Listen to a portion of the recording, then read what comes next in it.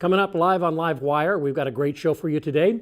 It's called Happy Easter, and it's called Citrus Hearts History Day. And we have people from those two organizations to talk to us about fun for your kids and going to see something very historical, a bit of the Old West, you might say, on LiveWire right after this important message.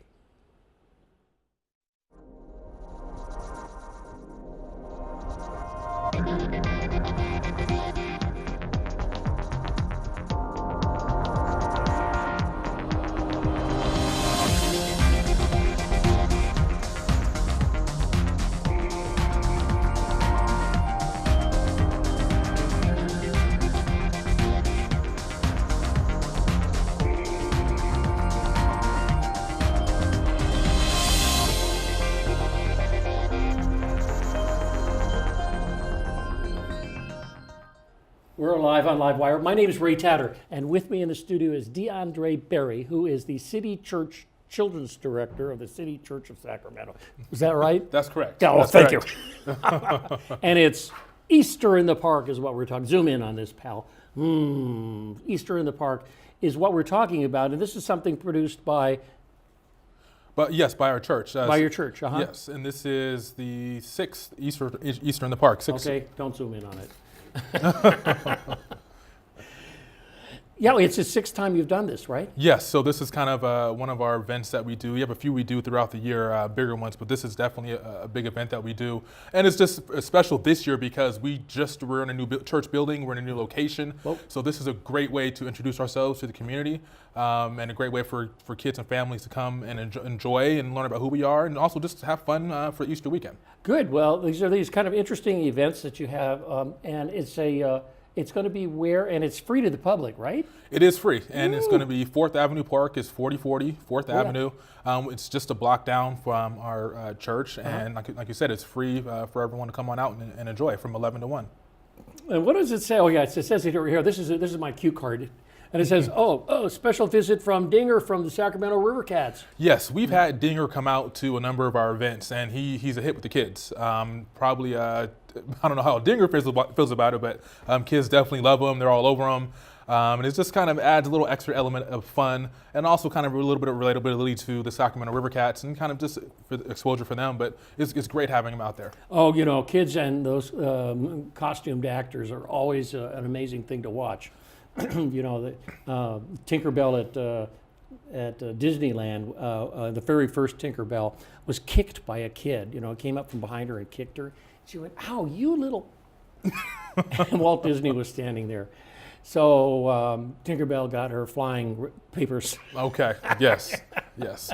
But it's very interesting to have characters come out, and kids just love it. It's theater for them, And there's also face painting and all sorts of good eggs. Is there egg races and things like that? Yeah, so we have, I was there. So a few days ago, we had some of our members of volunteers stuffing, we have a couple thousand eggs with candy in them. Woo! And so we have tons of eggs. So don't worry for your little ones, there'll be eggs available for everyone. So we throw the eggs out there in the park. Some will be hitting really well, some will be kind of quite obvious, like I said, for the little ones.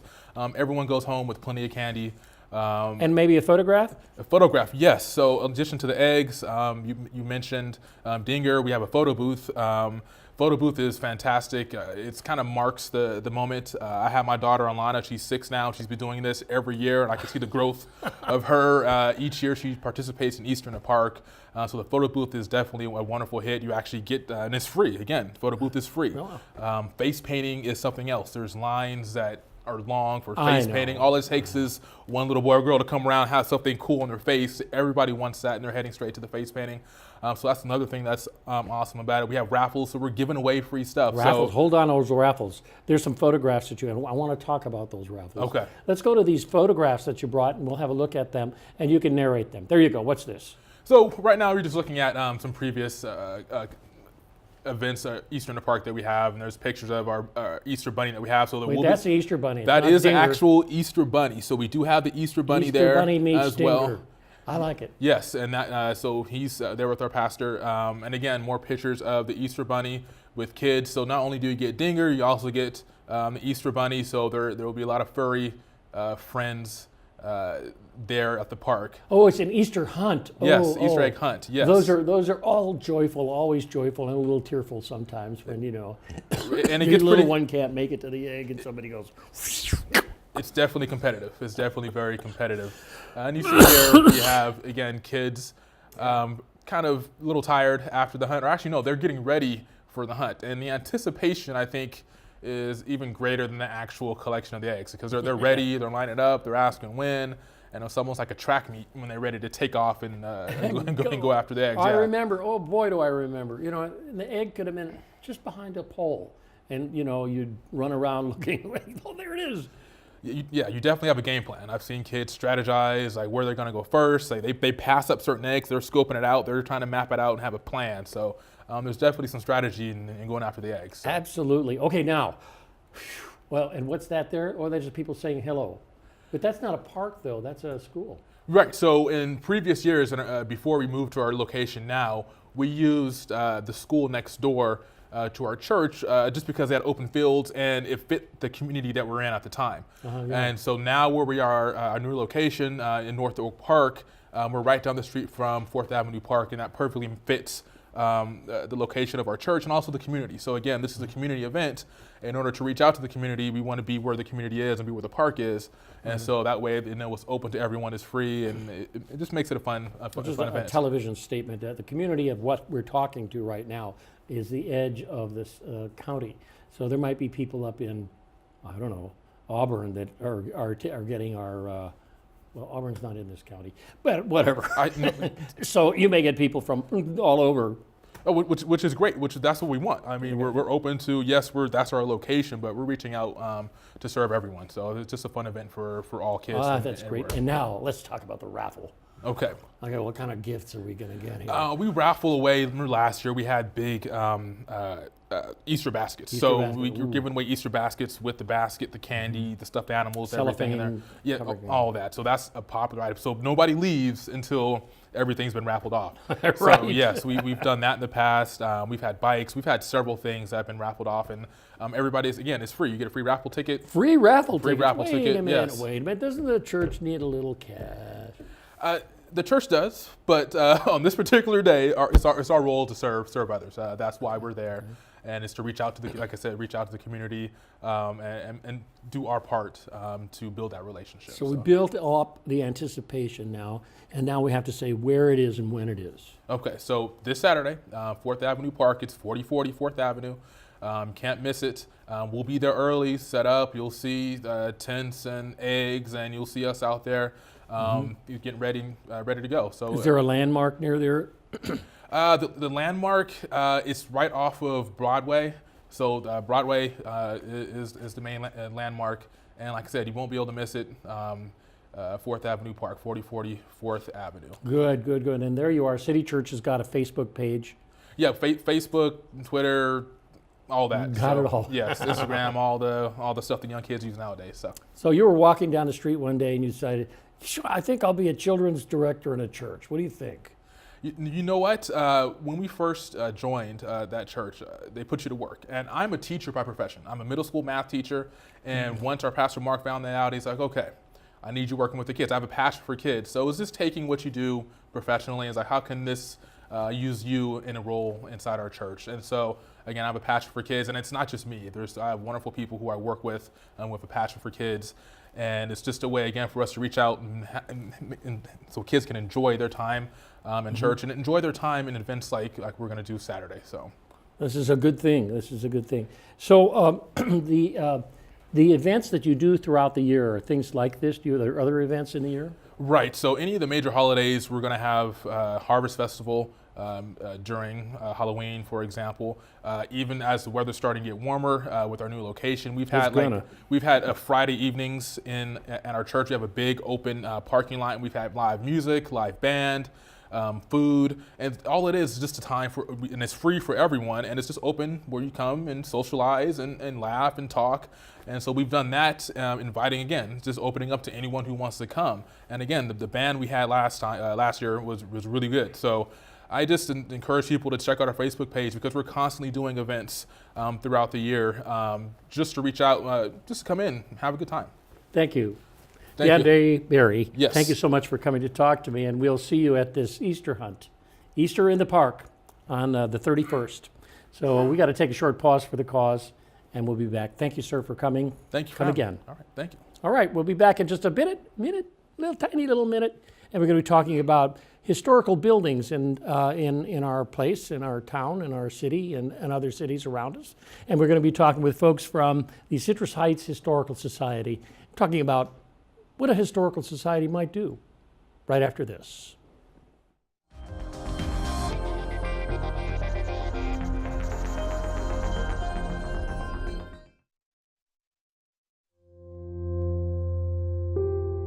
Every year, tens of thousands of young people experience homelessness.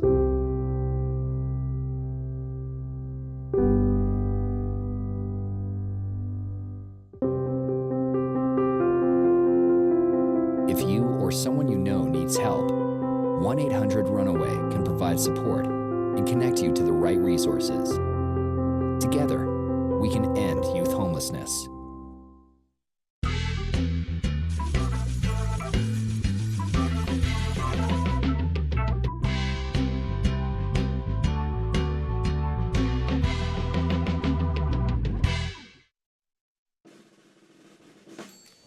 So there you are. It's flu season, and you're over 65 like me. You might be forgetting something serious. Your annual flu shot. The flu can be life-threatening, especially if you have chronic conditions like diabetes and heart disease, which can worsen with the flu.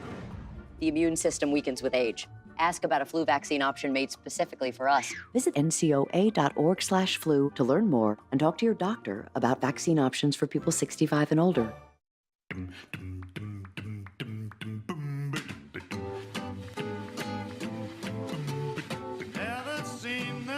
There's a quiet battle happening on our streets. Pedestrians are acting indestructible. And drivers act like they own the road. They're both wrong. Be aware, be alert. Pedestrians don't have armor. A message from the California Office of Traffic Safety.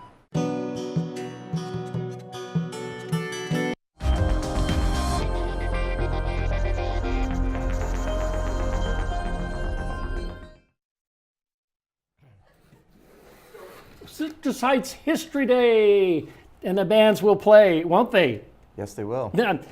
Larry Fritz, you are the president of the Citrus Heights Historical Society, and Tina, you are the vice president, right? Tina Stern, you thought when you left the state agency that you worked with for many years that you're going to get out of the history business, get out of the archive business, but you jumped right in. I have a lifelong passion for California history and the historic archives and documents and photos and places. Good for you, and I do too, and I think it's a wonderful thing that we have people like you preserving history, throwing themselves in front of that road grader and or whatever. Kind of, that's a metaphor. Figuratively speaking. Yeah, figuratively, yeah. She also serves as the volunteer archivist for the city of Citrus Heights too. So Oh, you have an art center part there? Archivist. Archivist. Oh, For the archivist. city of Citrus Heights. Okay. Oh, I left it at home. At any rate, you are having a history day because you have collected a lot of wonderful things that are historical and in nature to show, right? Yeah. Well, our mission is to preserve and promote the history of Citrus Heights. So what we have been doing is we've been going out and gathering historical information from families, from businesses, government agencies pertaining to the Citrus Heights area, and now it's our turn to promote and let the public see what we've gathered. That's really great. I think I'm going to come out because I'm very interested in how you do that. I mean, we have downtown people, and I work with them on history projects, and there's always something to learn about how we preserve history through oral histories and the like, and when are they used, and what can they be used for? How can they be a kind of a creative path to expression of something new or something old. So it'll be real interesting to come and see. And this couple on there are the Rushes, right? The family people. Yes. That's them there. They're sitting there. Now, were they part of the earliest family to live there? Fred and Julia Rush are actually brother and sister.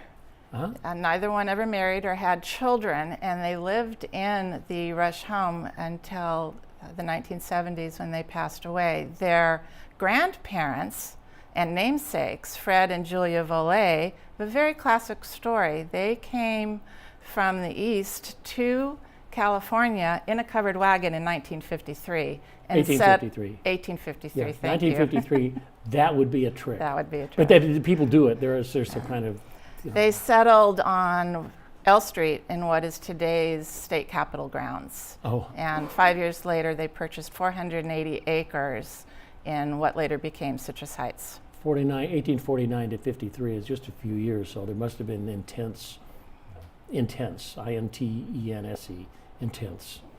So it's a very interesting thing you're doing. It's a free admission thing, right? Correct. This event. And it's fascinating. So you can go. We'll be able to go through the house. Yes. And there'll be various displays in the house. Yes, it's a 1915 craftsman-style home. They ordered it from Sears and Roebuck catalog. The lumber was shipped in on the railroad, and they assembled it on site. And it's got a lot of unique features to it. A lot of built-in cabinets and things that made it more functional. So yeah, you'll get the chance to tour the home, and then also you can see the displays that we have. Yeah, it's interesting about these homes, though. I don't wonder where they got the redwood, because they're all redwood homes usually, and my house is, and it's a craftsman style, And I have to. My wife and I had to replace a deck that was outside, and she said it's got to be redwood. I thought, but redwood's is more expensive, honey. Get it. So good. And what else will I see there when I go there? Some interesting other things. Were there people talking, like speaking, just about historical? Will there be a docent or two? There'll be Tina and I and our other board members, 4 other docents there that'll kind of guide you through and answer any questions that you have. But I think one of the interesting things that unique to Citrus Heights is the Ladies Auxilary and Ladies in White. I think that's kind of your That's area. a great story. Yeah, I forgot about that. I was sort of written it down. It's an interesting story that that in the early days they had a women's fire department. They had a pioneering all-female volunteer firefighting crew that was created in late 1941 as a direct response to World War II. And as the community of men left to fight the war, people were needed to fight the fires in the community, and the then chief, Eugene Desmond, and his wife Zella formed the Ladies Auxilary. And they fought the fires in the community. Disbanded in 1947, but Chief Desmond realized just 3 years later that additional help was still needed in the area, and the Ladies in White were created. They wore white jumpsuits, and they not only assisted in emergency, car accidents, home fires, grass fires, and they were in business until 1986. Wow, till 1986. That's amazing. So yeah, I could really see that after the war. I mean, there was a loss of manpower because of the war, and I can understand that. You go to certain countries like Australia where there were towns left with only women in them. So well, part of it had to do with Citrus Heights is in the northeast part of the county, and it was always kind of out in the rural area, and so the county wasn't always able to provide services in that area, and that's why the people in Citrus Heights would step up and just do whatever needed to be done. And that's kind of a common theme that runs throughout a lot of the displays. well, that's a pioneering spirit. People would just jump in and, the women would just jump in and fight fires or respond to medical emergencies. So we have some slides from the show so we can see the building itself and get a sense of it. And why don't we see those? Oh, look at that, a new car. What's happening there? Citrus Heights Fire Department. Oh, those are the women. These are members of the Ladies Auxilary with, I believe it's a 1915 fire truck. Wow. Okay, next slide, please. The ladies in white, many of which are still alive, and we have done a number of oral history interviews with them, had an ambulance that was converted, and this was called Old Rescue. They called it Old Rescue? Old Rescue. I like it, okay. And I'm sure it's rescued and saved a few lives. There it is. Whoa, that's an amazing house. I like it. The home was renovated in the late 1980s, and the only change to its accuracy are the railings on the stairs and then a disabled access in the back. So there was, they put the railings on the stairs, which is, of course, in most communities is required. I like it. Okay. I thought you were going to say the railings on the building. Oh, wow. And this is the original San Juan High School that was built in 1915. And the unique thing about that is that it was built at a time that the county was not ready to build a high school in that area. So the people called a special election and they voted unanimously to tax themselves to raise the money to build the school. Amazing. Good. That's so cool. And the design of the building is really fascinating too. Yeah, it's a very attractive building. It was a shame they had to tear it down. And this is another picture of the high school with the orchestra out in front. And another unique thing about the school is it had a motion picture projection room in it that they showed first-run theatrical silent films. This was during the day of the silent film. There was no sound on them. Yeah. So the school orchestra provided the sound for the film Great. as it was being shown. Well, Sacramento, as you know, being a videographer, was part of a circuit where they would run the film out to Santa Barbara, Santa Cruz, San Francisco, and then over to here. And they would watch the audience and get an audience response, and they would edit it before they took it back to Hollywood. And, they would edit it when they took it back to Hollywood based on some of the responses. Yeah, I know Sacramento's always been a test audience. Test audience, yeah. right, test audience. And there they are again, a couple Yes. interesting people and an interesting house. And it's on a 2-acre area, and people can actually rent the building, right? And Yes, the they land, can. And the land. There's a lot of land and some There are tables outside. There are some remnants of gardens in the area, and these are all the types of things that we would like to hopefully restore. Good. Do you need restoration helpers? Do you need helpers? I mean, I'm asking a question. Do you need volunteers? We do need volunteers. There are volunteers that help with the gardens. So there it is, $10 to $300 an acre. Whoa. Yeah. Now $300 in 1912. 1912 was a lot of Guinness. That's a lot of money. Well, this is how Citrus Heights got its name. It was called Sylvan prior to that because it was very wooded. Sylvan, I like it. And then a developer in 1910 started buying up tracts of land and subdividing them and selling them to people who wanted a small farm or orchard. And he didn't think Sylvan was a name that would sell well enough, so he wasn't catchy. No, so he changed it to Citrus Heights. Well, that's another American issue. How we name things for commercial purposes. And then they stick. Yes. And they stay. There were any orange trees there at that time? There was the occasional orange tree in Citrus Heights. There was not a lot of citrus orchards, no. No, Yeah. Around the area, yes, but not Well, really in California certainly was the queen or king of orchards up until after the war. Yeah. And then it tipped over to Florida. Right. Well, there were a few orange orchards up until 1932 when they had a big freeze, and then that wiped out all the citrus trees in the area. It happens that way. So I want to ask you too about your connection to history things. Is your family oriented in that way, being like people who like and be impassioned as you are to be part of a history and preservation and also creative use of?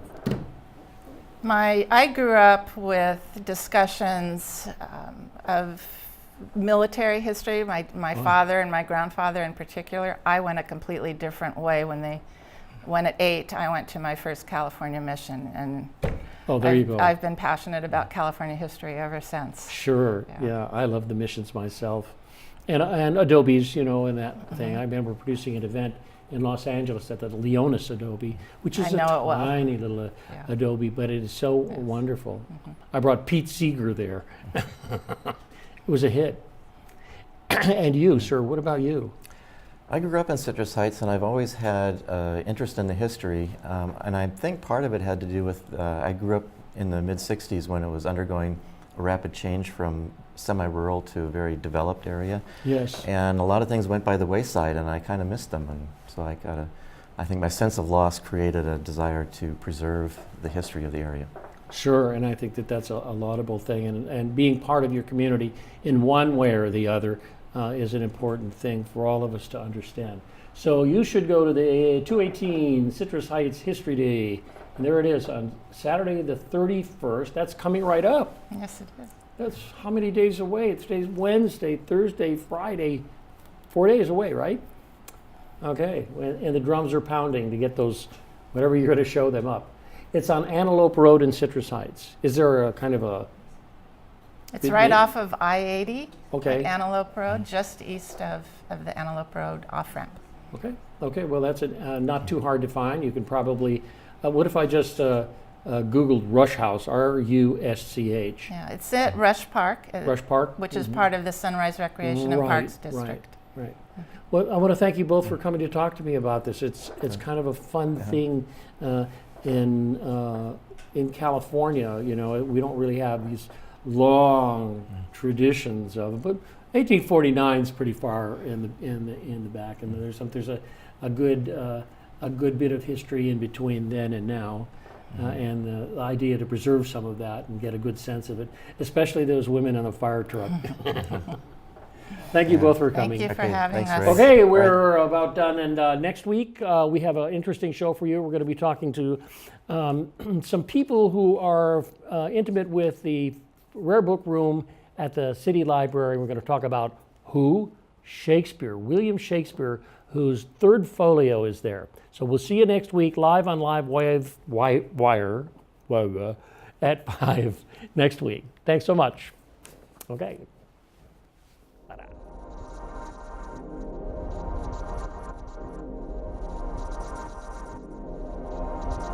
Ta-da.